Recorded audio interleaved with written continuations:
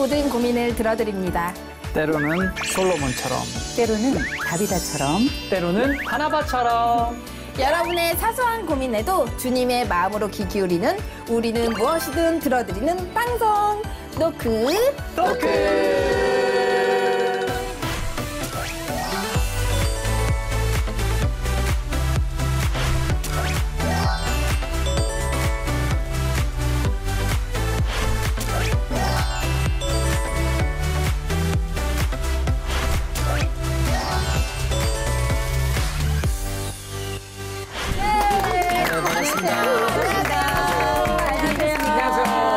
네, 지난주 방송에 이어서 우리 유은성 전도사님 오늘도 함께 해주셨는데요. 네, 우리 시청자분들에게 인사 부탁드릴게요. 네, 다시 이렇게 뵙게 돼서 너무 영광이고 너무 좋은 방송에 함께하게 돼서 전 진짜 기쁜 마음으로 달려왔습니다. 와, 전하러 왔는데 이미 이곳에 계신 그 홍보도 많이 해줘요.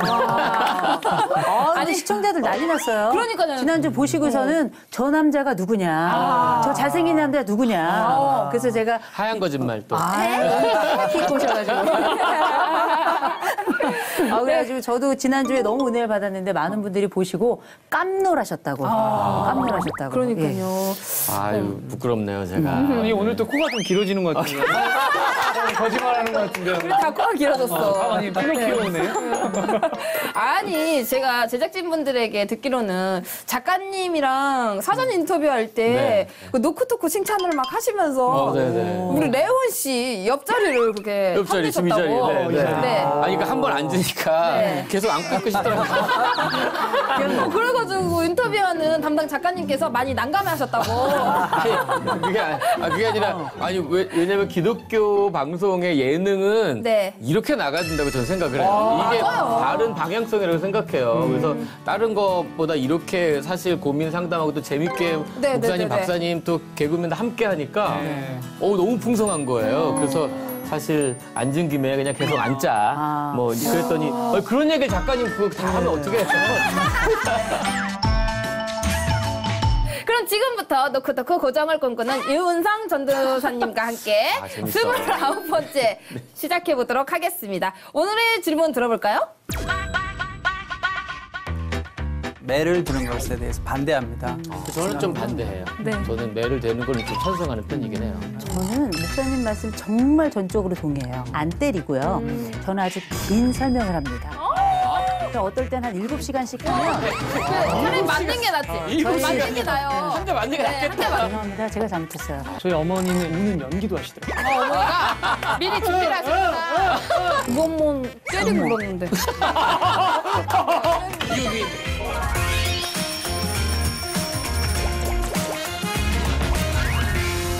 노크토크 식구들 안녕하세요.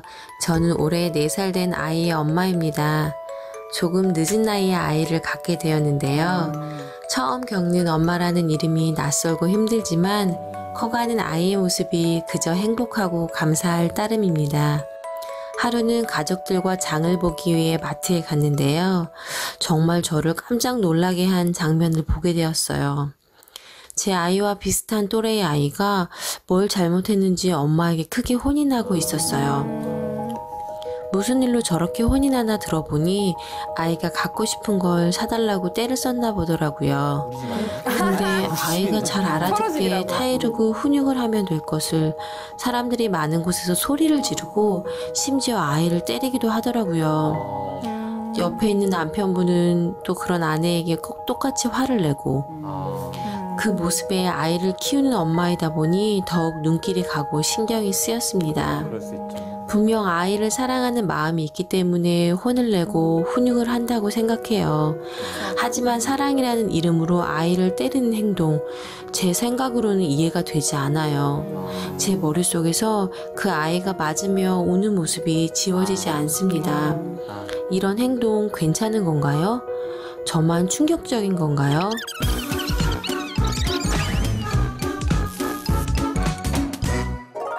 노크토크에 물어봐. 오늘의 질문은 사랑의 매 괜찮을까요?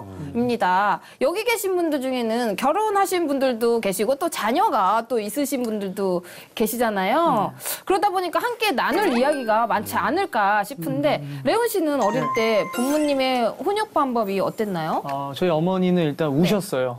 우셨다고요? 네, 계속 우셨어요. 근데 이게 효과가 네. 좋은 게 어머니가 우시니까 미안해지는 거예요. 아, 레온 씨가 잘못했는데 어머니가 우시는 거예요. 어. 내가 너를 이제까지 어떻게 키웠는데 네가 왜 안 좋은 길로 가려고 하지? 계속 우시는 거예요.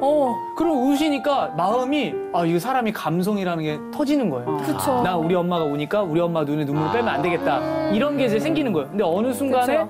이제 화가 나가지고 작은 방 문을 열고 들어가 있는데 울음이 한 10분 이상 안 그치시는 거예요. 그래서 왜 계속 우시지라고 이제 큰 방에 갔더니 우는 연기도 하시더라고요. 어머니가 미리 준비를 하셨구나.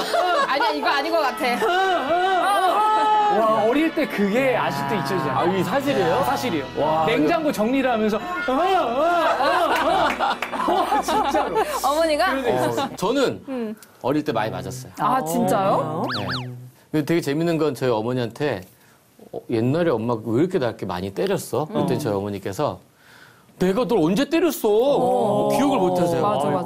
그래서 맞은 사람은 기억하고 때린 사람은 기억 못 하더라고요. 저는 뭐 참 감사하게도 이 두 분하고는 다르게 이렇게 뭐 별로 맞을 일은 없었어요. 목사님 계속 제가 지난주부터 그- 얄미운 캐릭터세요. 맞아. 캐릭터를 잡으려고 한 게 아니라 코가 이만큼 나왔어요. 거짓말도 안 하시고 안 하고. 그러게요. 근데 사실 네. 뭐 그래도 체벌이라고 해봐야 저희 아버지께서 이렇게 뭐 자 같은 거 있잖아요. 네. 작은 자 가지고 손바닥 한두 대. 사실 그 맞으면서 그렇게 크게 아프다고는 생각을 못했던 것 양반질이야. 같아요. 예. 근데 이제 전반적으로 아버지가 이렇게 때리는 것보다는 주로 이제 저희 어머니는 아버지가 성품이 차분하세요. 네. 그러니까 큰 목소리를 내거나 화를 내기보다 잘못했을 때 그냥 정확하게 이야기를 하는 거죠. 뭘 잘못했는지 조근조근. 그렇죠. 그 이야기를 듣다 보면 이제 눈물이 나요.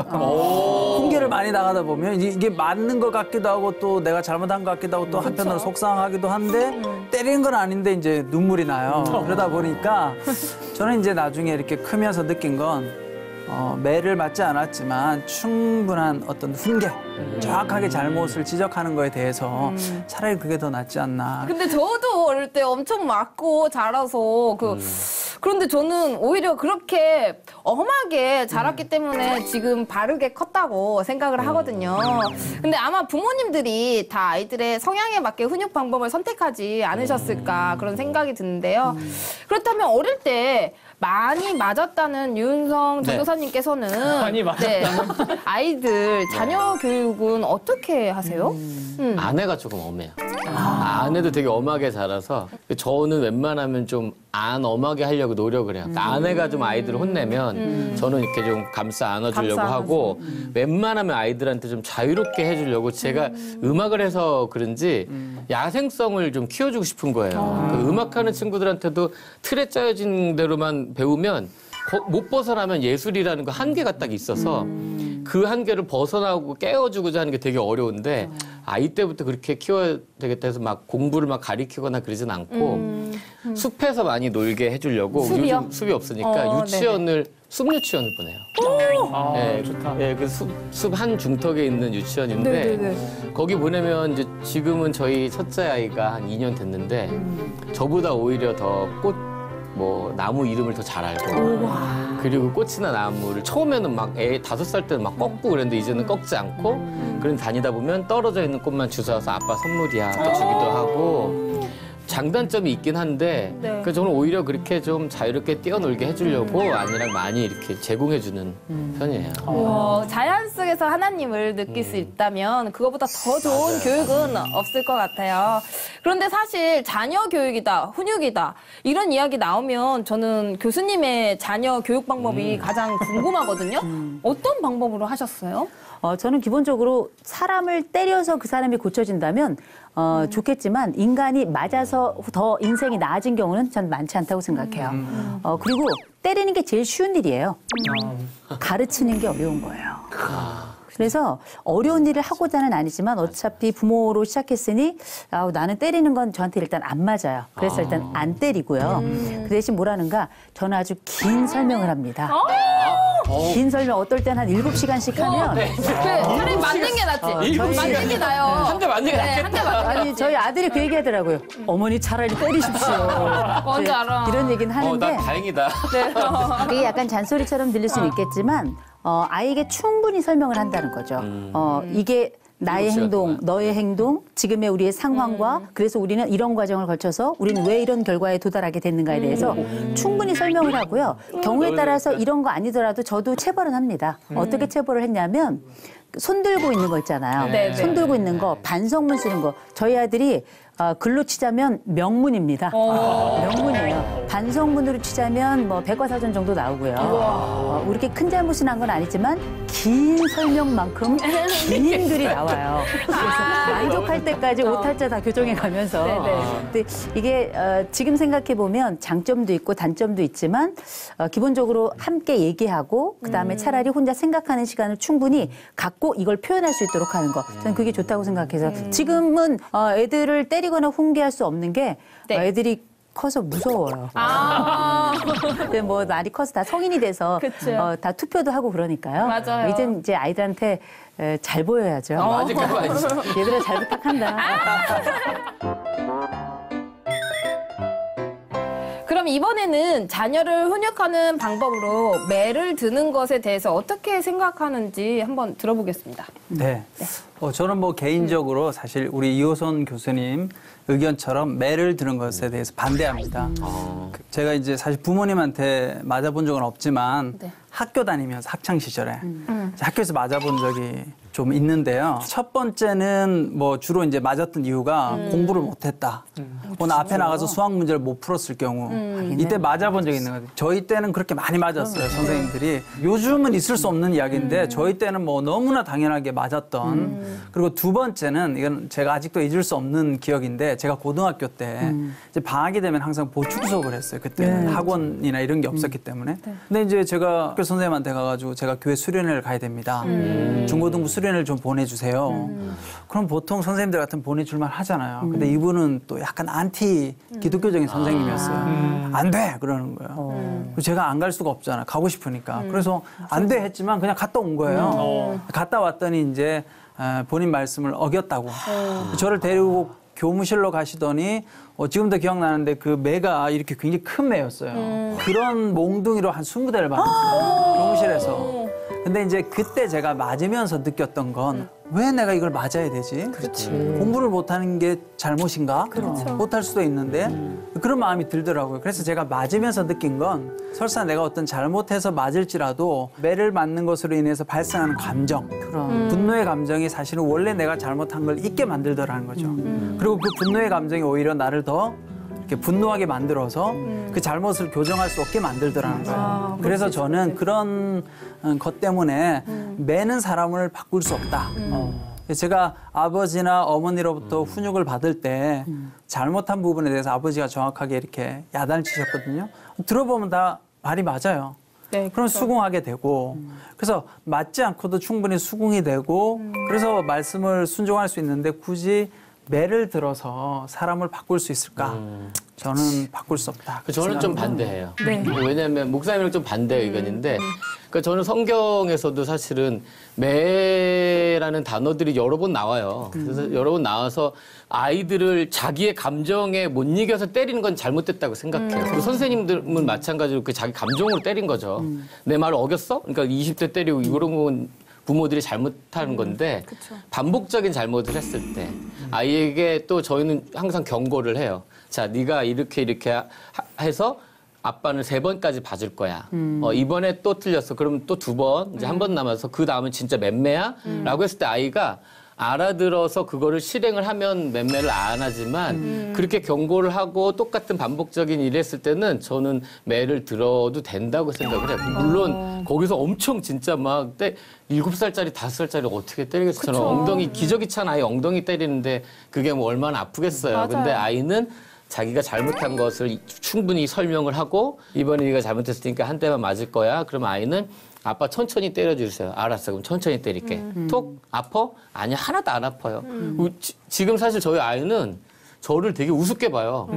제가 너 이러라 그러면 하나도 안 무서운데? 그리고 그거 때리면 하나도 하나도 안 아픈데요, 이거요. 근데 전 사실은 그렇게 하면서 아이에게 자꾸 설명을 하죠. 아빠가 너를 때린 이유는 아빠가 기분 나빠서가 아니고 네가 이런 거 잘못했어서 네가 잘했으면 좋겠어. 제 아내도 자기 전에 항상 설명해줘요. 매일 된 날은 엄마는 네가 잘 컸으면 좋겠어, 유아야. 너희가 하나님 앞에 사람들 앞에서 정말 정직하고 착한 아이들로 컸으면 좋겠어. 항상 얘기를 하거든요. 그래서 저는 그런 의미에서는 아이들도 아 이렇게 하면 매를 맞을 수도 있구나라는 거 해서 내가 잘해야지라고 바뀔 수도 있다고 저는 생각을 해서 저는 매를 대는 거는 좀 찬성하는 편이긴 해요. 근데 이게 네. 이렇게 선한 동기를 가지고 있는 경우에는 가능해요.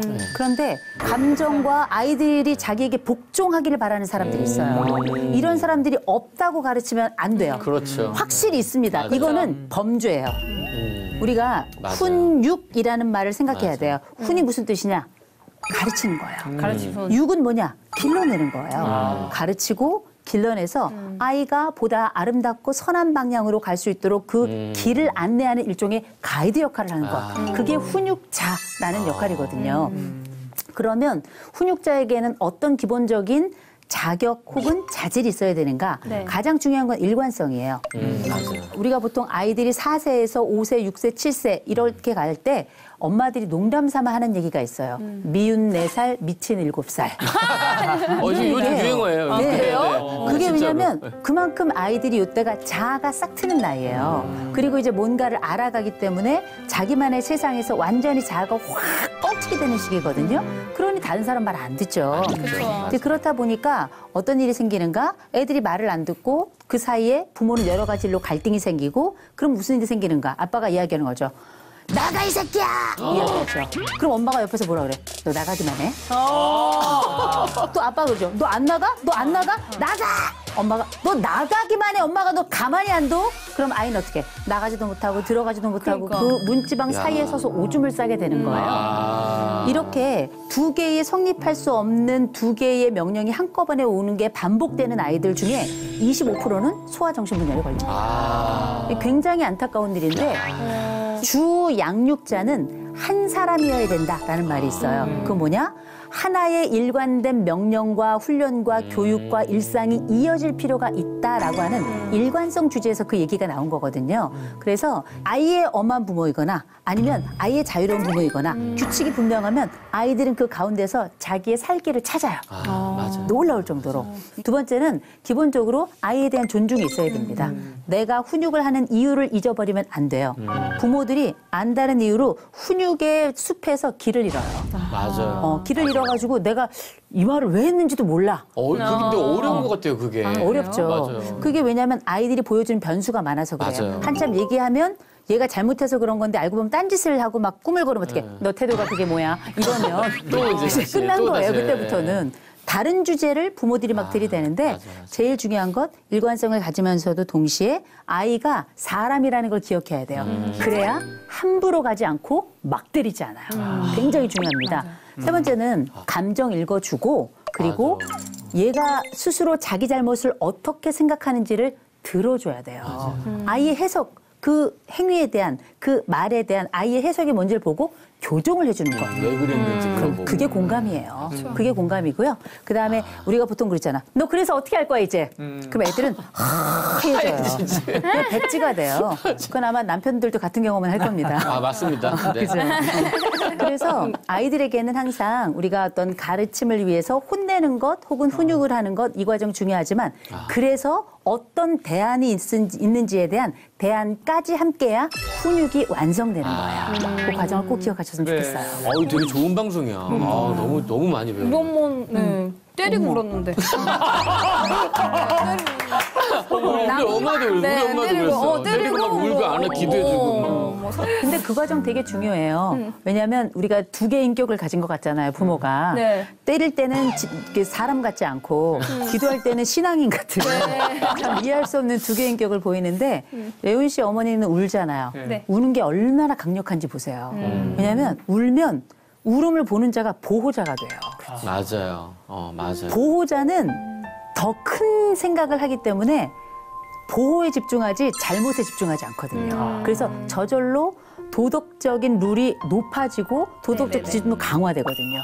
엄마는 아주 머리가 좋은 분이에요. 그러면 그리고 이제 고단수. 연기까지 최고세요. 그러면 마지막으로 목사님, 자녀 훈육 성경에서는 어떻게 해석되는지 정리 부탁드릴게요. 네. 구약 성경에 네네네. 잠언이라고 있는데 이 잠언에 보면 자녀를 매로 다스려라 이런 말씀이 있어요. 사실은 여러 군데 나오더라고요. 네. 뭐 심지어 이런 말씀이 있어요. 매를 아끼는 자는 그의 자식을 미워함이라 자식을 사랑하는 자는 근실히 징계하느니라.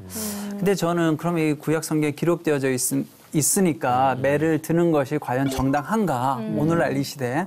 근데 조금 다르게 생각해 볼 필요가 있는 거죠. 왜냐하면 우리가 성경을 읽고 해석을 할 때는 때로는 문자적으로 읽어야 될 구절도 있지만 때로는 성경의 말씀을 우리가 은유적으로 또 상징적으로 재해석할 필요가 있거든요. 그러니까 오늘날의 사회에서 우리가 잠언을 해석할 때 그 말씀 그대로 정말 매를 때려라.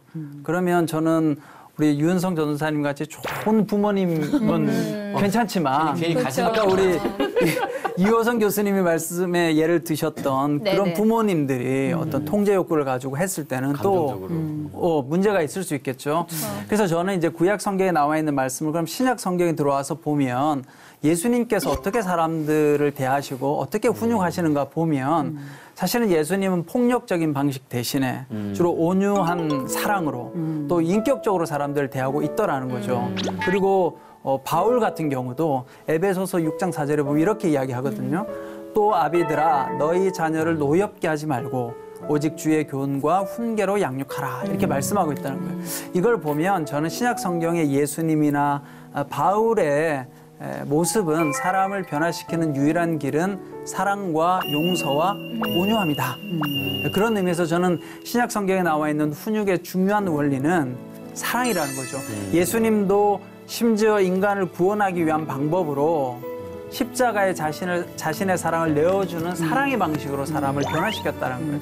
그런 의미에서 저는 성경의 원리대로 보면 우리가 좀 힘들지만 아까 교수님 말씀하신 것처럼 훈육이 쉽게 아이들한테 뭐 체벌하고 이렇게 해서 바꿀 수 있다면 얼마나 좋겠어요. 그런데 사실은 맞고 나면 그 좋지 않은 감정, 그다음에 그 맞기 직전에 아이가 느끼는 공포, 두려움 때문에 순응하는 것이지 사실은 그 매가 효과가 있다고는 생각지 않아요. 그러니까 부모님들이 사실은 그 잠깐의 아이를 내가 원하는 대로 바꾸려고 매를 들기보다는 좀 힘들지만 차근차근 아이한테 잘못을 설명하고 그런 과정을 통해서 아이도 변화되어지고 부모님도 또 거기에 맞게 변화되어지는 그런 모습이 성경에 나와 있는 게 아닐까.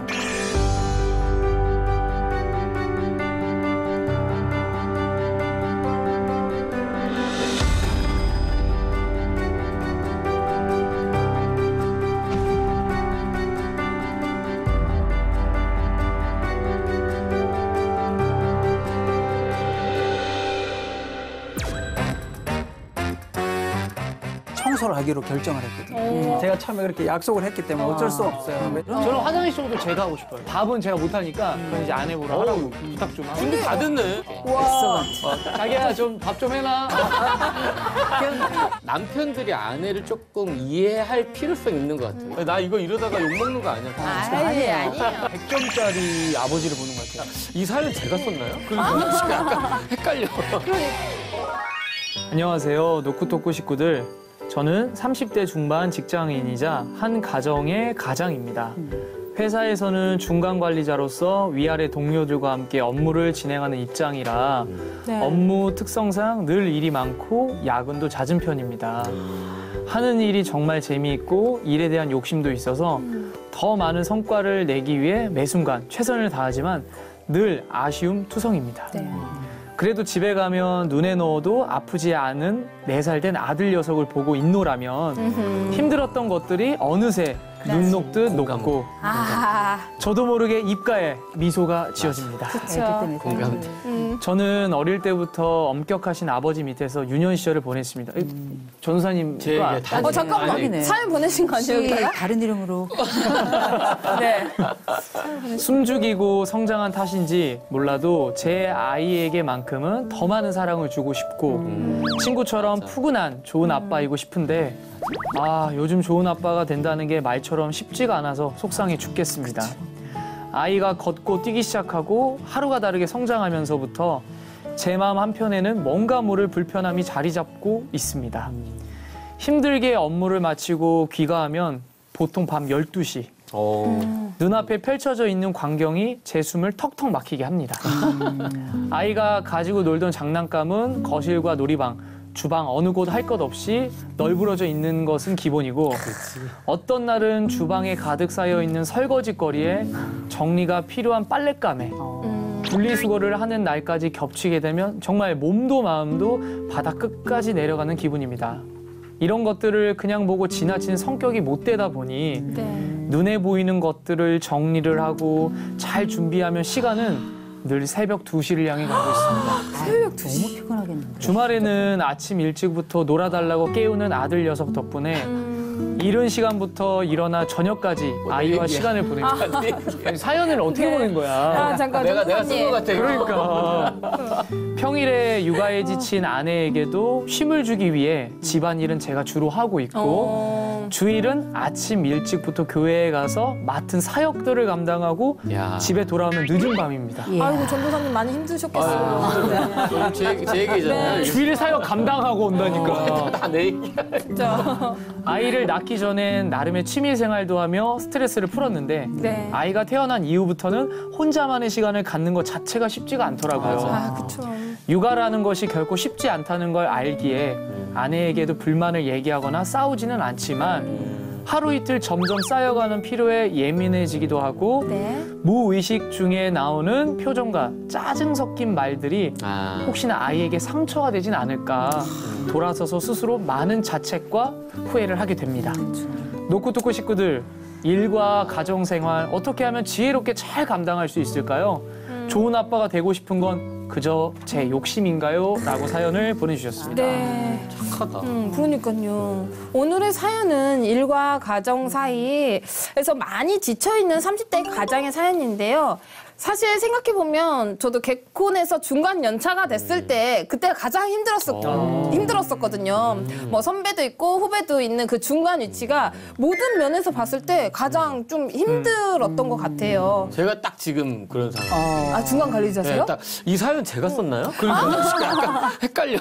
그러니까. 아니, 딱 이게 완전 제 일이에요. 제가 네네네. 찬양사역자, 그러니까 CCM 가수로도 딱 중간이에요. 선배들 있고 후배들은 딱 중간이고 네네. 학교에서도 지금 교수로서 우리 학부장님, 학과장님하고 제가 딱 중간, 다른 네네. 또 이제 교수님들 계시고 네. 중간 위치고.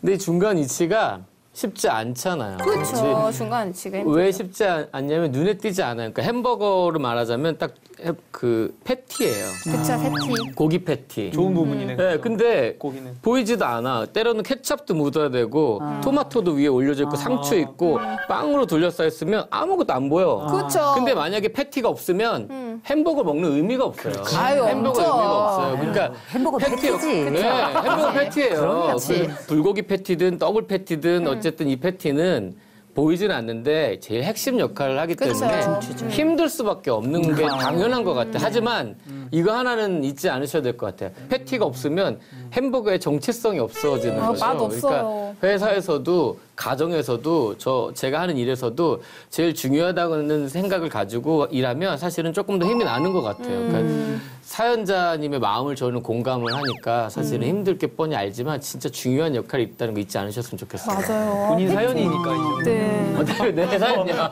그러니까. 근데 패티 전도사님. 아니 말씀이 너무 은혜로운데 울 것 같아요. 네. 괜찮아요? 지금 딱 제 얘기요. 뭐 애기들도 나이대도 비슷하고. 그렇죠. 샌드위치 말씀하시니까 쭉 눌려서 국물 나올 것 같아요. 소스 흘러내리고. 사실 어느 기업이나 네. 조직에서 실질적인 일을 진행하고 또 처리하는 중요한 자리인 것 같아요. 이 그렇죠. 중간 관리자가. 그래서 사실 중간 관리자의 역할이 상위 리더로부터 명령을 받아서 또 그 일을 진행하기 위해 밑에 있는 아래 직원들을 또 시키죠. 그러다 보니까 관리 감독하면서 일을 수행해야 되는 위치인데 근데 이제 이분들이 힘든 이유는 사실 그렇다고 권한은 또 많지 않아요. 그렇죠. 권한은 또 늘 물어봐야 돼. 그렇죠. 내가 단독으로 결정할 수 없고 또 책임은 많아요. 맞아요. 네, 수행해야 되는 일에 대한 책임은 또 내가 다 져야 되는.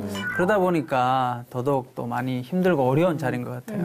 권한은 많지 않은데 책임져야 할 일들은 맞아. 많아서 육체적으로나 정신적으로 참 힘든 시기가 딱 지금 시기지 않을까 싶은데요. 사연자처럼 하루 종일 업무에 시달리다가 집에 들어갔는데 집안 곳곳 청소거리가 쌓여 있다면 공감돼. 어떠실 것 같으세요? 네? 저 어떻게 공감돼. 이분은 네. 집에서도 중간 위치야. 위로는 아내가 있고 밑으로는 아이가 있고. 자식이 그러니까요. 네, 딱 중간 자리인 거야. 패티. 패티야. 패티. 그래서 저도 이제 그런 경우가 종종 있어요. 기분이 어떠세요?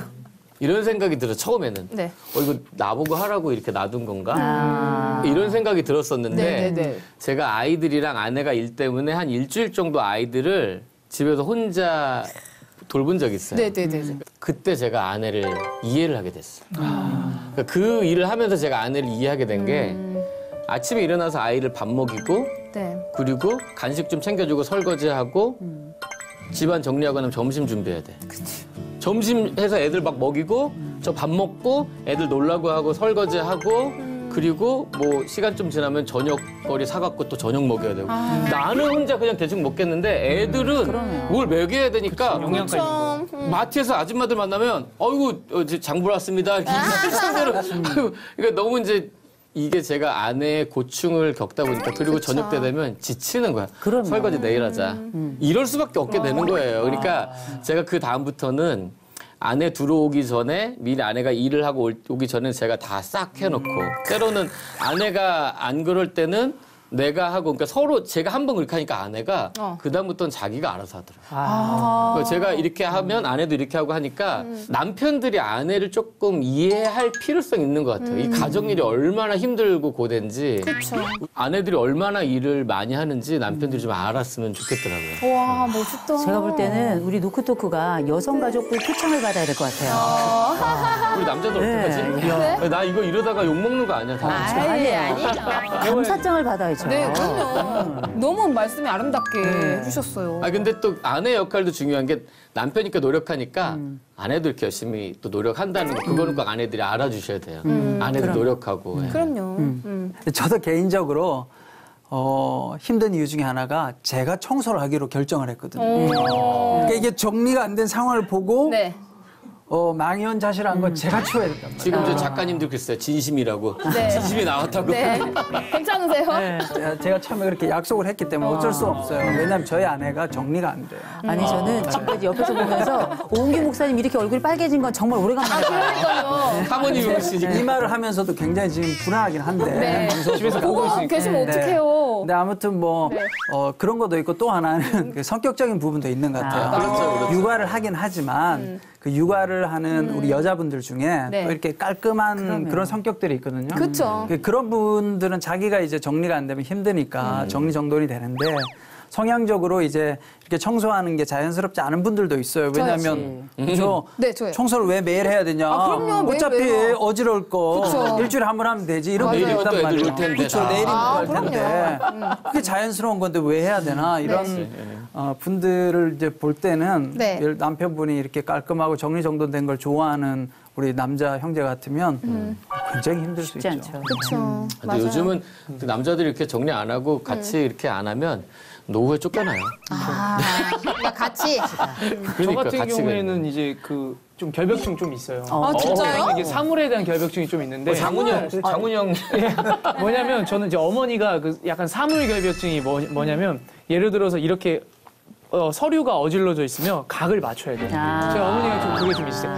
김치는 김치대로, 그다음에 하얀 빨래는 하얀 빨래. 이게 좀 심해요. 그래서 어릴 때 제가 그걸 좀 많이 훈련을 받았거든요. 그래서 저는 항상 뭐 다른 사람들이 운동을 하거나 이러면은 뭐 옷을 그냥 운동복 입고 뭐 어떻게 하잖아요. 근데 네네. 저는 운동복 따로, 그다음에 잠자는 옷 따로, 그다음에 뭐 일반 옷 따로, 그다음에 샤워를 하루에 2번씩 해요, 저는. 2번씩 하지 않으면은 잠을 못 자요. 티는 잘 안 나는 것 같아요. 샤워 2번 하는 티가. 샤워 근데 항상 깨끗해요. 정말 정말해요. 깔끔한 것 같아요. 그래가지고 제가 그러네. 근데 왜 그러는지 이제 어머니께서 그렇게 하시다 보니까 약간 이게 습관처럼 그게 습관이 나중에 이제 됐구나. 아내를 만나면은 또 이제 본인이 이렇게 잘 하겠네요. 그러면 이런 분들은 본인이 잘할 스타일이에요. 저는 화장실 청소 제가 하고 싶어요.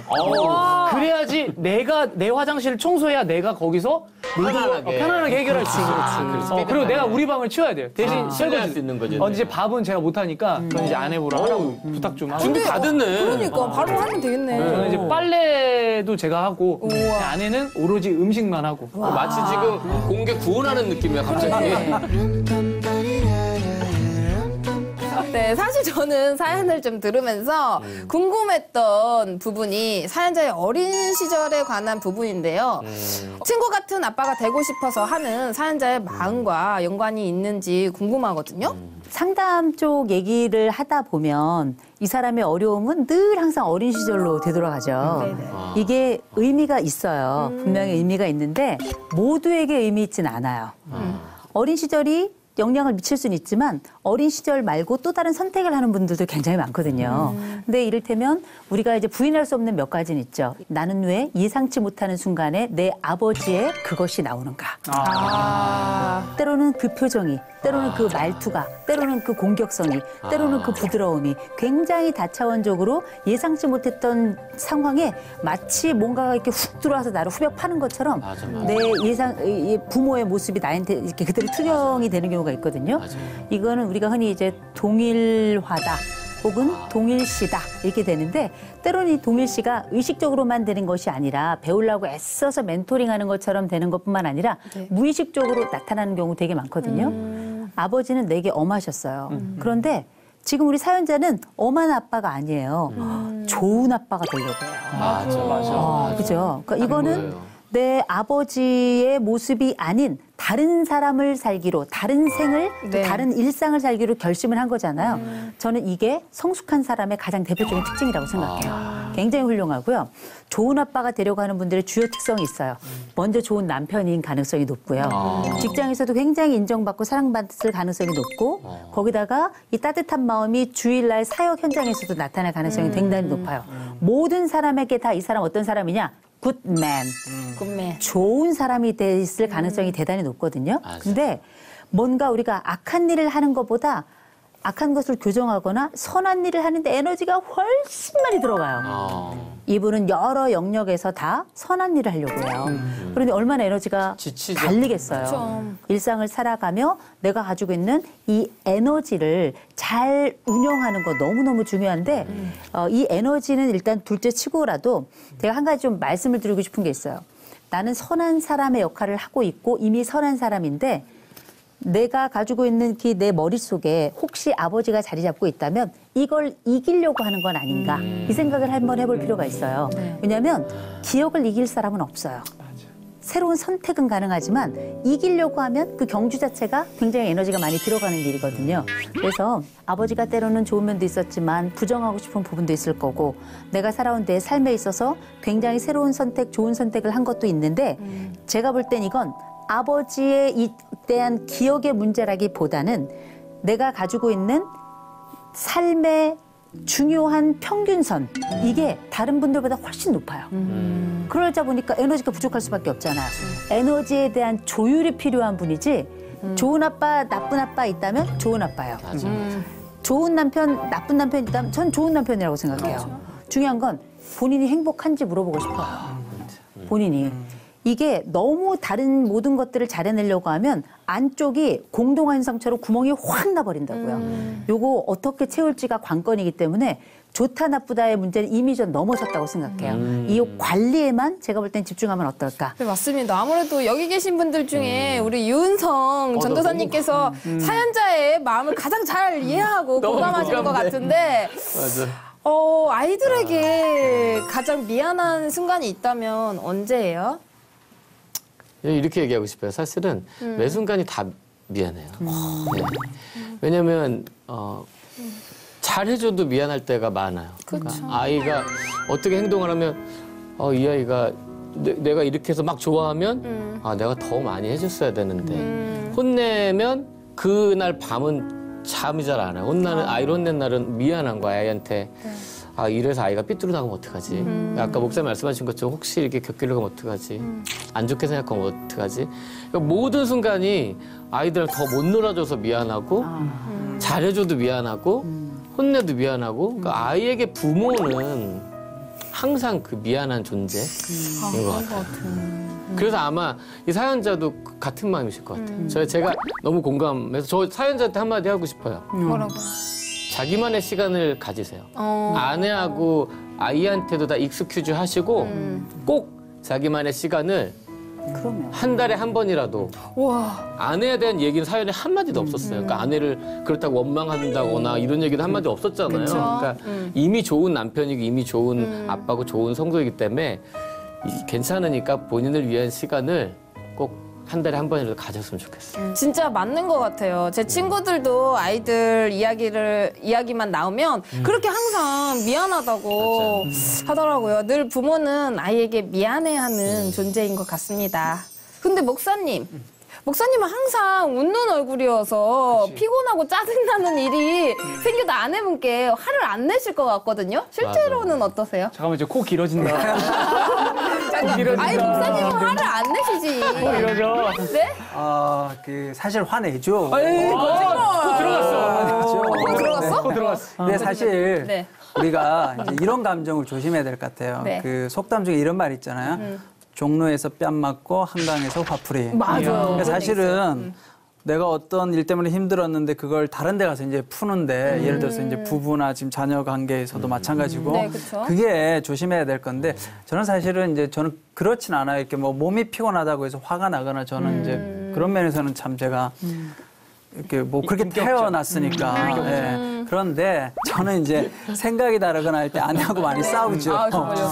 왜냐면 저희 아내도 굉장히 좀 이성적이고 저도 이성적이다 보니까 이렇게 싸울 때가 있어요. 논쟁할 때가. 근데 이제 제가 볼 때는 어쨌든 감정을 다른 데서 상한 감정을 아내나 남편한테 이렇게 대리로 화풀이하는 건 조심해야 된다. 근데 목사님 싸울 때도 네.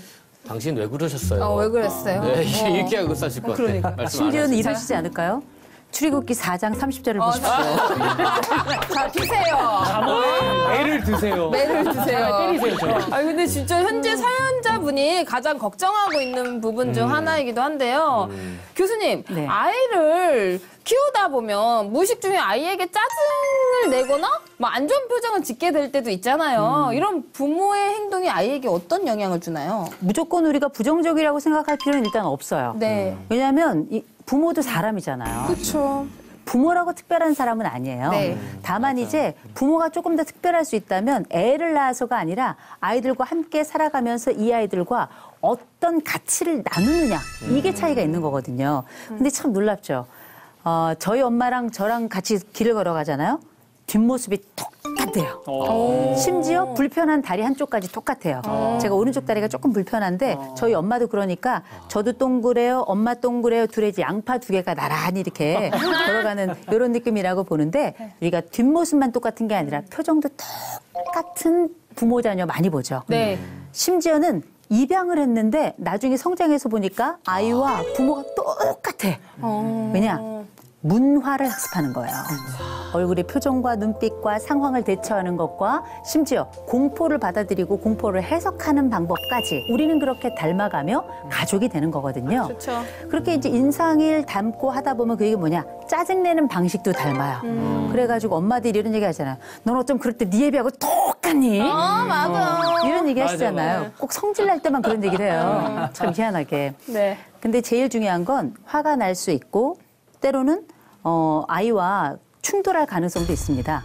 그런데 제일 좋은 거는 아이와의 관계도 인간관계를 일단 보셔야 되는 게 하나고요. 두 번째, 아이와 부모의 관계 중에 정말 중요한 관계는 설명하는 관계예요. 내가 왜 그런지에 대해서 어른으로서 어린아이에게 설명하고 부모로서 자녀에게 설명하고 아버지로서 아들과 딸에게 어머니로서 아들과 딸에게 설명을 하는 자 그래야 그 분노의 원천과 분노를 풀어가는 방식을 함께 배우게 되는 거거든요. 그래서 체벌 자체에 훈육 자체에 굉장히 관심을 많이 가지시는데 그게 아니라 그 부분을 어떤 방식으로 풀어가는가 관건이에요. 그 관건에서 부모들이 놓치지 말아야 될 것, 죄책감에만 시달릴 것이 아니라 죄책감을 보여주고 설명하는 것. 그리고 다시는 비슷한 일에 휘말려서 내가 가지고 있는 부족을 또 한 번 노출하지 않는 것. 그러기 위해서 노력하는 것, 그게 바로 부모의 성숙인 것 같아요. 맞습니다. 아이를 키우다 보면 부모도 실수를 할 수 있다고 생각이 들거든요. 특히 사연자분은 회사 일도 너무 바쁘고 주일에는 주일 사역까지 하고 계시니 거기에 육아까지 성실히 해낸다는 건 좀 무리가 있지 않나 싶습니다. 목사님, 교회 안에서는 이런 문제들로 기도 제목 나누시는 경우도 많죠? 아유, 너무 많죠. 제가 이 젊은 부부들 만나보면, 뭐 네. 요즘 30대, 40대들 네. 부부들 만나보면 뭐 딱 두 가지예요. 하나는 회사 생활이 너무 바쁘다. 주로 이제 남자분들이겠죠. 그쵸. 회사 생활이 너무 바빠서 늦게 퇴근하고 하니까 너무 힘든 거야. 사실 그러다 보니까 교회 봉사하는 것도 너무 어려워요, 사실 이분들은. 그쵸. 또 이제 우리 여자분들 같은 경우는 정말 이렇게 남편이 늦게 오는데 오늘 사연자하고 똑같이 하루 종일 육아를 감당해야 되고 아이들을 돌봐야 되니까 그 너무 힘든다는 거예요. 그래서 사실 이렇게 나누다 보면 정말 눈물을 흘리면서 이야기하는데 이렇게 눈물을 뚝뚝 흘리면요, 그 같은 또래 그룹들이 다 눈물을 흘려요. 여자분들이 다 공감이 되니까. 그럼. 네. 도미노 효과. 그렇죠. 그 정도로 사실은 힘들죠, 지금. 네. 그렇다면 현재 사연자에게 주일 사역이란 어떤 의미일까요? 저는 이제 이 사연자에게 주일 사역이 여러 가지 의미가 있을 것 같아요. 네. 이분이 처음에는 회사 일도 또 가정 일도 교회 사역도 좋아서 시작했을 거예요. 그렇죠. 회사 생활에서는 경제적인 활동과 또 자신의 능력으로 기여할 수 있으니까 보람도 느끼고 또 가정에 오면 자녀들에게 남편으로서 아빠로서 또 보람과 기쁨을 맛보았을 거고 또 교회 가서는 맡겨진 사역을 감당하면서 또 성도로 느끼는 기쁨과 그런 보람과 은혜가 넘쳤겠죠. 근데 제가 볼 때 지나치면 뭐든지 예, 좋지 않은 것 같아요.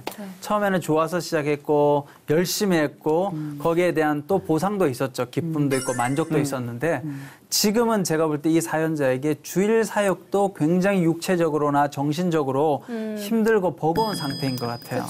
근데 또 한편으로 제가 볼 때 이 주일 사역이 어쩌면 이 사연자에게 육체적으로는 힘들지만 정신적으로나 영적으로는 한편으로는 위안과 힘을 제공하는 공급체죠. 네, 그런 게 아닐까. 이게 없으면 또 견딜 수가 없는 거예요. 그럼요. 네. 공급체. 그래서 사실은 교회 나가서 예배 드리고 봉사하면서 어쩌면 또 하나님으로부터 사람들로부터 힘과 용기를 얻는 기회가 되기도 하죠. 네. 그런 의미에서 저는 사실은 이 형제가 조금 이제 시간을 조금 잘 조절해서 그렇게 나갈 필요가 있지 않을까. 사실 교회 사역은 이중적인 의미가 있는데 보람도 있고 만족도 있고 영적인 공급도 되지만 이제 이게 조금 더 지나가면 이거조차도 너무 이제 힘들게 되면 진짜 그때는 기댈 수 있는 곳이 없어질 수 있는. 그래서 제가 내려놨습니다. 교회 사역을 다.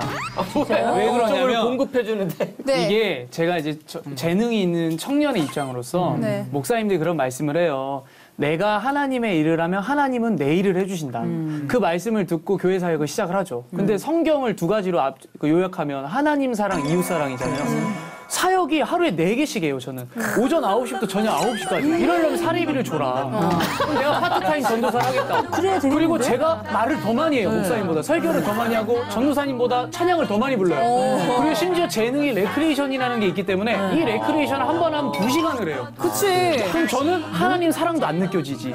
이웃 사랑도 하기도 싫은 거예요. 일처럼 여겨지니까. 그치. 그러다 보니까 이제 교회가 회사가 된 거예요. 그러다 보면 이게 스트레스가 되고 그리고 목사님들하고 전사님들 우쭈쭈 해줘요. 잘한다. 근데 이 칭찬이 더해.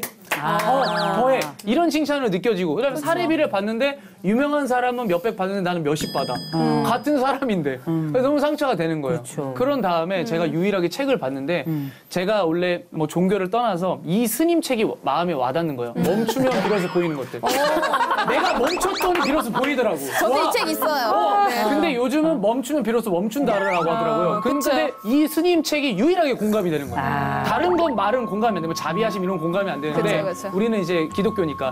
근데 유일하게 공감이 되면서 때가 멈췄더니 어느 순간부터 내가 보이고 이웃이 보이고 내가 회복이 되면서 하나님과 이렇게 접전이 맞아 떨어지는.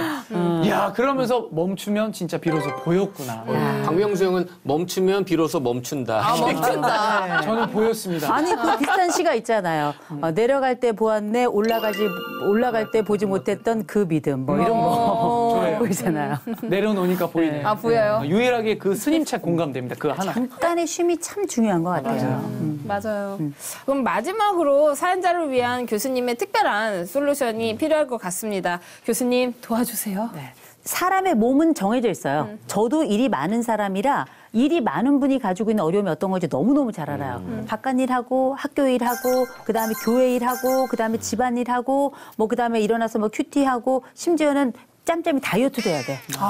이거 보통 일 아니거든요. 진짜. 그런데 한 가지 분명한 건 이 모든 것들이 다 가능하기 위해서는 첫째, 우선순위가 필요해요. 나에게 가장 중요한 우선순위를 두고 퍼센티지를 정하셔야 돼요. 가장 중요한 것도 100이 아니고요. 90이나 80. 그다음에 2순위는 60에서 70, 그다음에 3순위는 50에서 40 이런 방식으로 중요도에 따라서 에너지 투입을 사실 정하셔야 됩니다. 그래서 우선순위에는 반드시 힘들어도 깎아내야 그건 작품이 될 수 있어요. 그걸 꼭 기억해야 된다는 것. 두 번째, 일상과 주말이 지금은 다 섞여 있어요. 일상도 일이고 주말도 일이잖아요. 그렇죠. 그럴 때 일상하고 주말을 조금 분리할 수 있는 방법은 뭘까? 그리고 직장하고 교회는 제가 볼 때는 주중은 직장이 일이고 주말에는 교회가 일이에요. 월, 화, 수, 목, 금이에요, 지금. 이렇게 가다 보면 사람이 지쳐나가 떨어질 수밖에 없는 겁니다. 그래서 제가 볼 때는 하루, 오롯이 토요일 하루 정도는 우리가 또 토요일에도 일이 있잖아요. 그쵸. 교회 일이 있긴 한데 그래도 토요일 하루 정도는 제가 볼 때는 자야 돼요. 그게 일상과 그다음에 우리가 가지고 있는 주말과의 경계가 전 잠이라고 생각해요. 충분한 휴식. 이게 좀 필요할 것 같고요. 세 번째로는 이거는 가족들이 모두 가족 규칙을 하나 만드셔야 돼요. 판에다가 아이들과 함께 네. 절대 시간 30분. 요걸 쓰셔서 아이들도 그거 쓸 수 있어요. 하루에 한 번. 부모들도 쓸 수 있게끔 해가지고 그거 들고 들어간 사람은 어떻게 방해하지 않는 걸로. 다른 가족이 지켜주는 걸로. 오, 좋다. 이렇게 해야 온 가족이 공평하게 그걸 쓸 수 있을 뿐만 아니라 이 사람이 쉬고 싶다라는 굉장히 중요한 사인을 주는 거예요. 그쵸. 참지 말고 보여주고 보여주지 말고 실천하자. 네. 와, 정말 우리 대한민국의 모든 가장님들 힘내시고요. 저희 노크토크 식구들이 진심으로 응원하겠습니다. 그럼 이제 우리 목사님의 축복 기도로 오늘의 사연 마무리하겠습니다. 사랑과 은혜가 많으신 하나님, 우리 귀한 형제가 회사에서 또 가정에서 교회에서 그동안 너무나 열심히 일했습니다. 그런데 너무 열심히 일하다 보니 지금은 하나님 몸과 마음이 지쳐 있습니다. 성령 하나님 이 시간 이 형제 가운데 찾아가 주셔서 먼저 그 지치고 피곤한 몸과 마음을 만져 주시옵소서. 아멘. 하나님, 이제는 이 형제가 조금 하나님 앞에서 또 하나님 안에서 쉼을 누릴 수 있도록 아버지 하나님 도와 주시옵소서. 오늘 교수님 말씀하신 것처럼 하나님 삶의 우선순위를 새롭게 세우고 자신을 위한 쉼을 가질 수 있도록 하나님 붙잡아 주시고 인도하여 주시옵소서. 무엇보다도 하나님 여러 가지 일들을 해나갈 때 또한 그 일들을 잘 도울 수 있는 동역자들도 만나게 하여 주시옵소서. 또한 하나님 믿음 안에서 힘든 여러 가지 일들을 나눌 수 있는 마음의 위로자도 허락하여 주시옵소서. 그리하여 이 형제가 이제까지 잘 해온 것처럼 앞으로도 회사와 가정과 교회에서 또 하나님의 귀한 쓰임 받는 종으로 잘 감당할 수 있도록 하나님 새 힘을 더하여 주시옵소서. 아멘. 모든 말씀 예수 그리스도의 이름으로 기도드리옵나이다. 아멘. 아멘.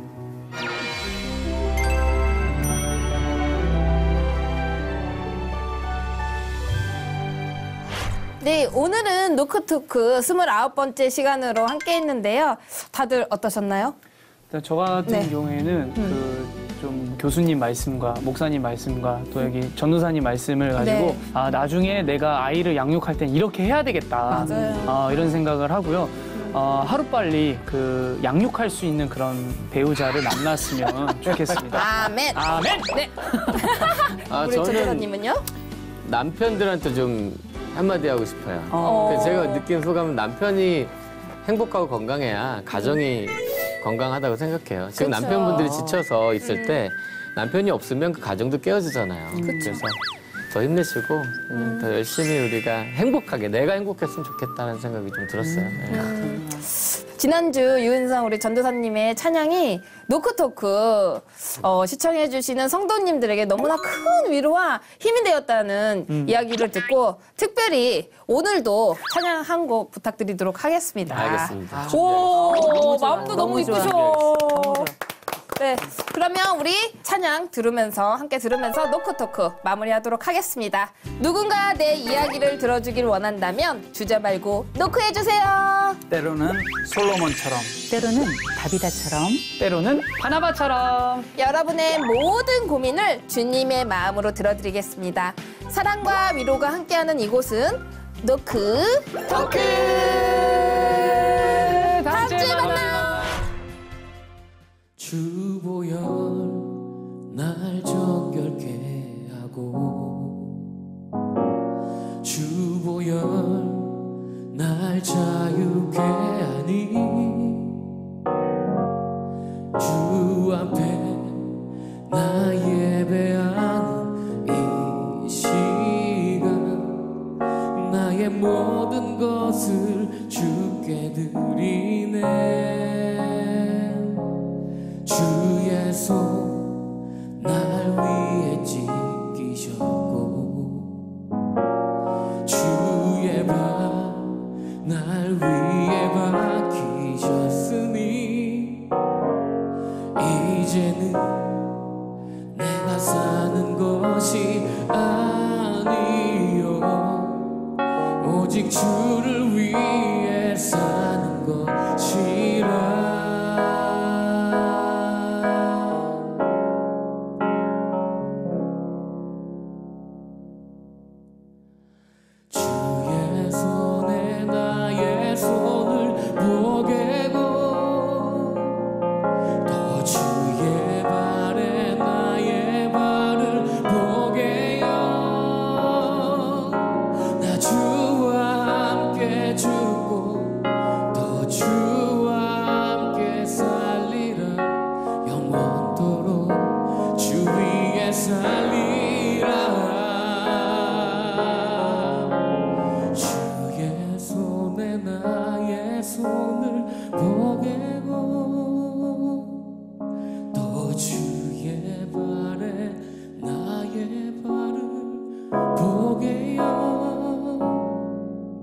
나 주와 함께 죽고 또 주와 함께 살리라 영원토록 주 위에 살리라 주 위에 살리라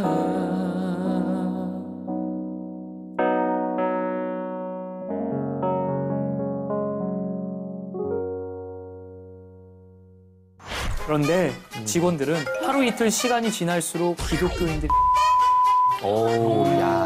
와, 저런 사람도 하나님 사랑하신다고? 예수 믿는 자가 아니라도 욕먹을 일이에요. 이 얘기 되게 창피한 얘기야 우리가 이게 좀 부끄러운 얘기야 이제 이럴 때 기독교인들은 달라야 해. 예수님도 싫은 사람 자연스럽게 피하셨거든요. 맞나요? 예수쟁이들한테는 방귀를 꿔도 예수 냄새가 나. 저는 남희 씨 진짜 신앙 좋다고 개그맨들 사이에서 진짜 많이 들었어요. 아이고 근데 씁쓸한데. 그쵸.